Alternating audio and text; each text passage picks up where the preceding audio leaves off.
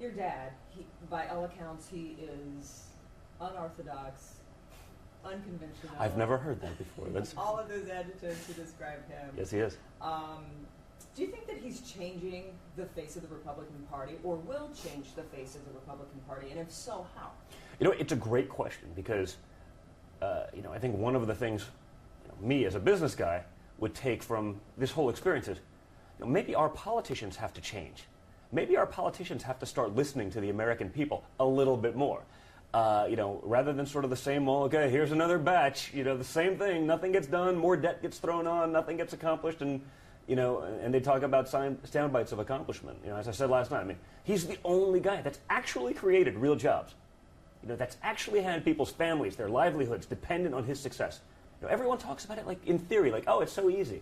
Yeah, sure, I could talk about being an NFL player, but it's just not going to happen, right? He's actually done those things, and so, I think he struck a chord with America because he's actually speaking with them.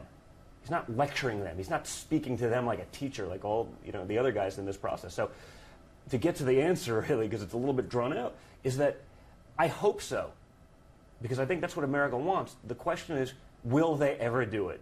Whatever happens, whether it's now, whether it's November, whether it's 4 years from now, whether it's 8 years from now, will our politicians actually learn anything from this process? And the answer is, I don't know. You would think they would. You would think that someone would try. Now, the corollary to that is, my father is a unique guy. Not a lot of guys can just step into his shoes and say, hey, I'm the new Trump. It doesn't work that way. It's not so easy. He's an incredible guy and a unique individual. So, I don't know that someone can, go into whatever the next available election cycle is and say, hey, I'm the new Trump candidate. I don't think that'll ever happen, but hopefully they understand that, we have to actually start dealing with our problems. You can't delete them. What do you think about his ability to unite the party and then ultimately America? We have an America that's divided, a party that's somewhat divided. When I talk to our Michigan delegates, there are some that were really hesitant to get behind your father. They campaigned for other candidates, of course. And up until the final minute, they were just like, ugh. I get that. And it was certainly a brutal primary process. I think what's interesting about my father is, I will say, he's the most famous guy that so few people actually know.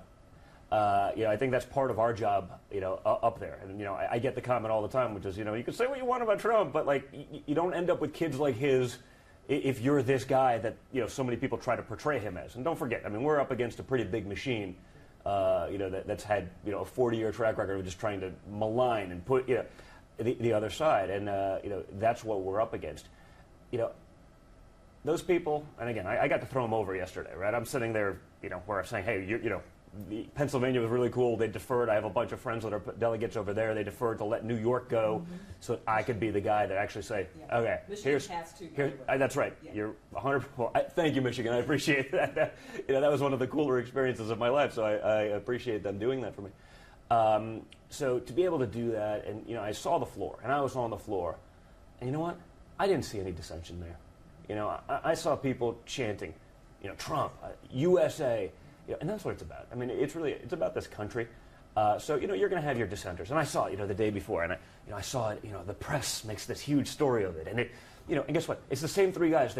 They're running around and they're just waiting to find a camera, right? They're waiting to find one of you guys so that they can then dramatically throw their credentials on the floor and try to storm out. I saw three guys doing the same thing over and over, the same, So, well, what happened? Wait a minute. I saw you on that TV camera, then I saw you at a different angle in a different location so you pick up your credentials 2 minutes later and you go throw them again for dramatic effect.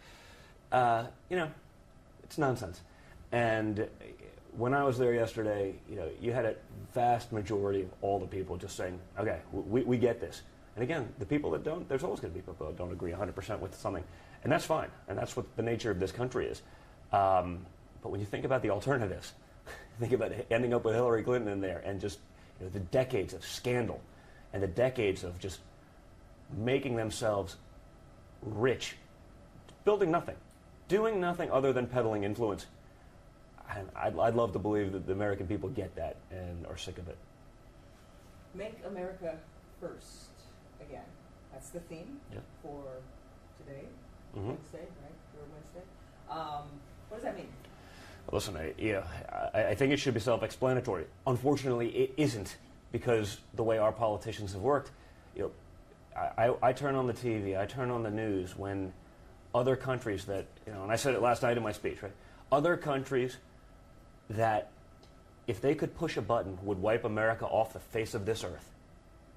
We care more about their feelings than we do the well-being of our own citizens and our children and our loved ones. I watch the news these days. I'm saying, what are we doing? We're more concerned about hurting our enemies' feelings than taking care of ourselves, first and foremost, and our allies. It's disgusting. And that it doesn't, that no one even thinks about it today. It's like, oh yeah, ho-hum, like another person, like let's work. It's crazy to me. We have to take care of ourselves first, right? It's like an airplane. You get your little lecture every time you buckle into an airplane going on a flight, and I've logged a few million miles, I think, probably this year all over the place, so I've heard it ad nauseum. Put your own oxygen mask on before taking care of the people around you. We have to do that. We have to employ our citizens. We have to give them jobs first before we worry about shipping everything abroad and taking care of those guys. I mean, the fact that is like seen as divisive, and what are we, taking crazy pills? It's nuts. We have to be able to take care of our people. It's not like we don't have problems in this country. It's not like we don't have debt that our children and grandchildren will ever be able to get out from under if we don't start doing about it now. We have to address these issues now, not kick them down the road. That's the America I know. We take care of things today, not say, well, the problem will be bigger later, let's sweep it under the rug and pretend it doesn't exist. And that's what we do. So, it shouldn't be a foreign concept that we take care of America first and our allies first before worrying about everyone else. Once we have surpluses, once we can take care of our vets and they're not waiting in line for weeks, dying at times in lines waiting to get help, once we can actually get our children good educations and not be, number 30, 29, 30, we put people on the moon, and we're number 30 in education, and I don't mean like 30 to like 30 other great countries out there. I mean, the list goes to third world countries pretty quickly, and we're sitting there way behind in that line. Once we get all that sorted out, then we can worry about everyone else, at equal times, or give them a chance. Once we run a surplus, sure, let's take care of everyone else, but we have to be able to take care of our kids first. That matters more to me than everything else. Is there anything that you would want to say specifically on behalf of your father to the people of Michigan, and particularly Detroit? That's a city that has had its fair share of hard knocks. It has, and it's a shame. And when you think about Detroit, and you think about the history, I mean, that was an amazing place in this country. I mean, it's historical. I mean, that's, again, to go back to my speech last night, because, I mean, frankly was probably talking to a lot of the people over there. When you talk about a place that was once incredible, whose jobs have been shipped overseas, whose jobs have been destroyed, largely by liberal policies, I can't even imagine it being close. And it was, so it's interesting because, when I go around the country, and I've had opportunity to meet some incredible people following my father around and doing all this, you see them and you're saying, you can't believe those jobs have been sent across. And you look at these traditional union voting blocks that, well, we always vote Democrat. Look at what those policies have got. And what's interesting is those guys that are actually, the guys not at the top of that food chain there, they're all Trump guys. Those are guys that are supporting Trump despite what their bosses are telling them. And it's the same thing we're talking about in politics. Those guys have been taken care of by the Democratic Party at the top. And look who's been left in the dust. The actual workers. Those are the people who've been forgotten. Those are the people who've lost a voice in this country. And those are the people my father's speaking directly to and with. So when I go around, it's like yet another example where, government and the elites at the top are totally out of touch with the people who are doing the real work, the people who built this country. Those are our people. I think we have a unique opportunity to really change the typical way that people have voted, because I think we are appealing to so many people that would otherwise typically be forced to vote something else, and the options aren't good, and their bosses are tough, but they realize the system's rigged against them. The only people that are making money are the bosses at the top that are being taken care of. It's just cronyism. If there's one thing that's been a consistent theme of this whole campaign, is that we got to get rid of that. Just in closing, because I think I'm running out of time, is there anything else that you want to say?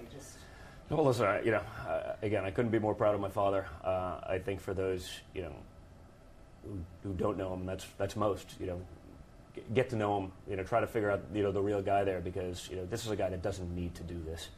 this is not a path to personal enrichment like it is for the Clintons, right? They'll do this and they'll give speeches for millions of dollars. They'll make $200 million doing nothing more than peddling influence. If you think they're actually working for you, then go ahead and vote for them. If you think there's probably something a little fishy about that, give someone else a chance. If you think your politicians are serving you well and that our country's in great shape and getting better, by all means. I don't want that vote. I don't want someone voting against their actual will. But if you think maybe it's time for a change, if you think maybe it's time to bring in someone different, there's nothing different about anyone else other than my father in this race, on both sides. He's a unique guy, and he's actually done this before. He's actually created jobs. He's actually negotiated really tough deals where something's at stake of his, right? Where his money's on the line. Not, there's one thing about negotiating with other people's money. Well, it doesn't really matter, right? That's why we give Iran $150 billion in exchange for exactly nothing. That's got to stop, and he'll do it.